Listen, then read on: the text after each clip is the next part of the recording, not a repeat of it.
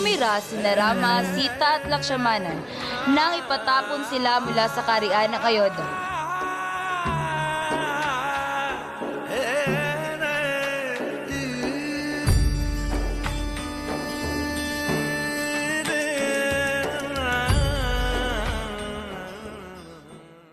Minsan, isang babae ang dumala sa kanila.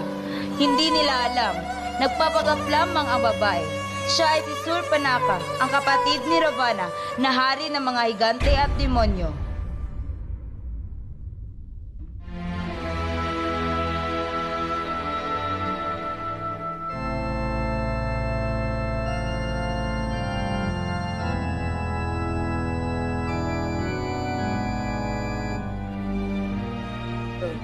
Rama, maaari ba kita maging asawa? Ngunit hindi maaari sapagkat meron akong Narinig ni Sita ang dalawa kaya lumabas siya. Hindi! Hindi! Pinunot ni Lakshmana ng kanyang espada at nagip niya ang tenga at ilong ng higante.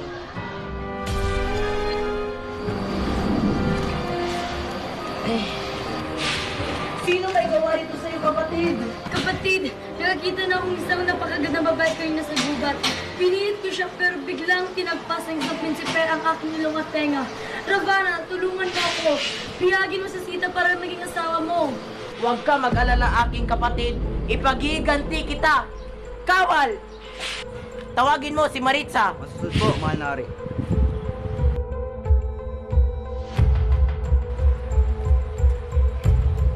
Maritza, Bakit? pinapatawag kayong mahal na hari. Maritza, ikaw ang aking pinatawag dahil maipapagawa ako sa'yo.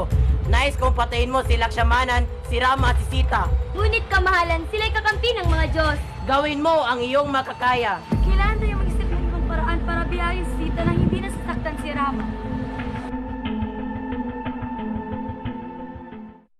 Isang umaga, habang namimitas ng bulaklak, nakakita si Sita ng isang gintong usa.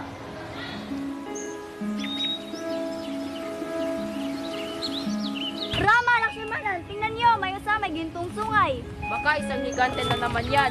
Kailangan natin mag-ingat. Dahil mahal na mahal ang asawa, kinuha ni Rama ang kanyang mga armas. Kapatid, huwag mo iwan si Sita kahit anong mangyari. Bilis! Abulin mo ang usa! Matagal na naghintay ang dalawa pero hindi pa rin dumating si Rama. Lakshmanan, sunod ka na sa gubat, baka na nangyari kay Rama. Ngunit hindi maaari. Pagagalitan ako ni Rama. Ilang oras pa sila naghintay nang bigla silang nakarinig ng isang malakas na sigaw. Sunod ka na nga sa gubat. Ngunit hindi nga maaari.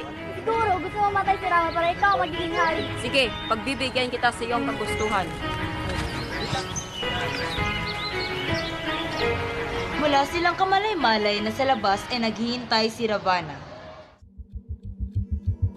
Sa gubat, napatay ni Ravana ang usa at bigla itong naging si Maritza.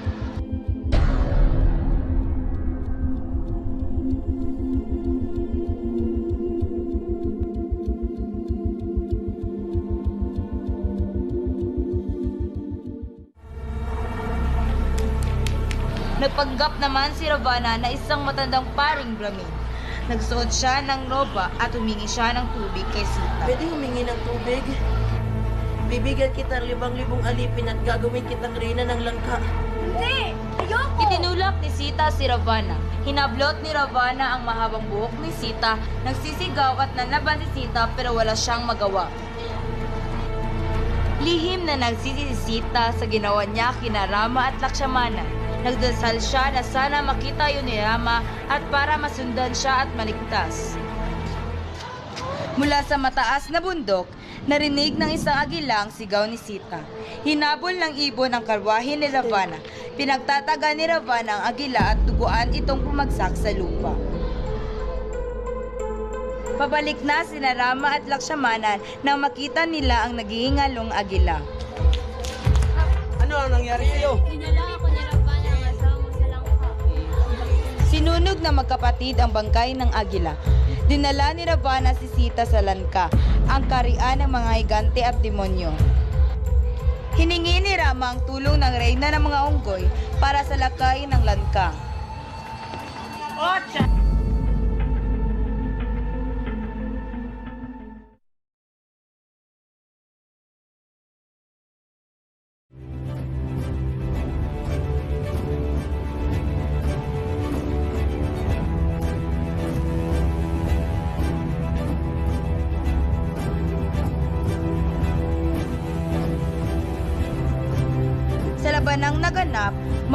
kawan na unggoy ang napatay, pero mas maraming higante ang bumagsak na pugot ang ulo.